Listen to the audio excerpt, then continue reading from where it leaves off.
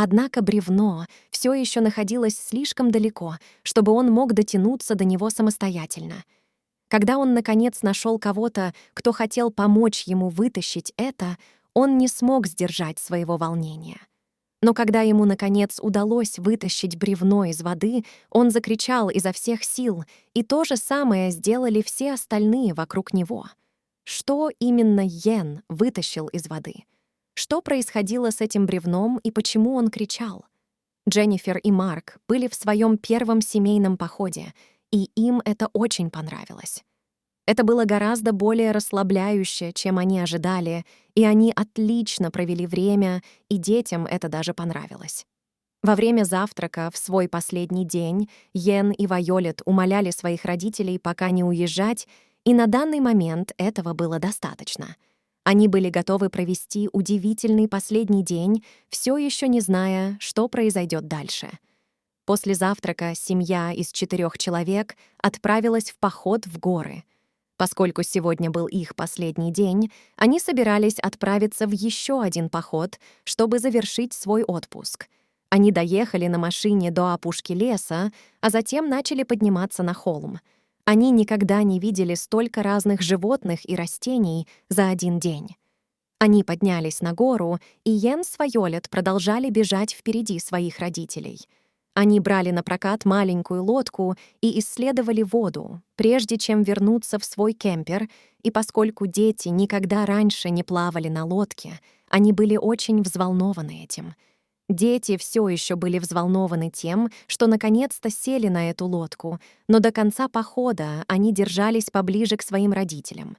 Примерно через час все 4 сделали небольшой перерыв, чтобы что-нибудь поесть и выпить. Однако они отдыхали недолго, так как теперь были близки к месту назначения. Еще через 30 минут или около того дети бежали по открытому полю.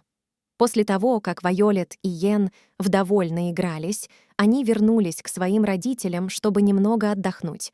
Они просто немного расслабились на одеяле.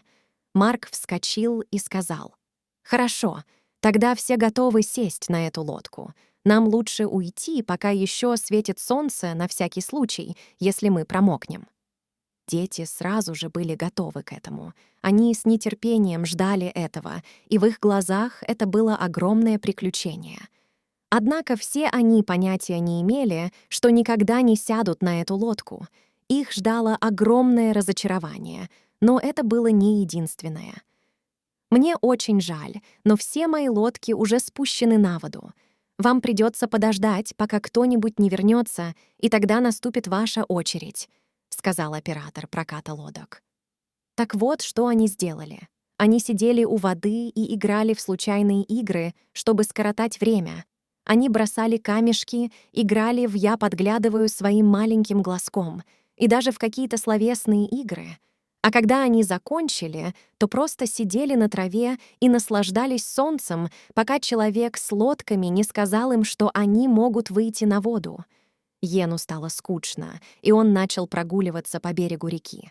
Он искал в траве насекомых и других животных, но был очень осторожен с любыми змеями.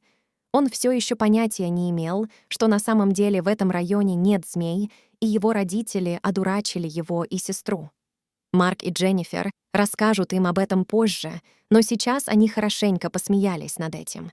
Это была безобидная шутка, и они просто хотели убедиться, что дети были осторожны и осознавали свое окружение, и это определенно сработало.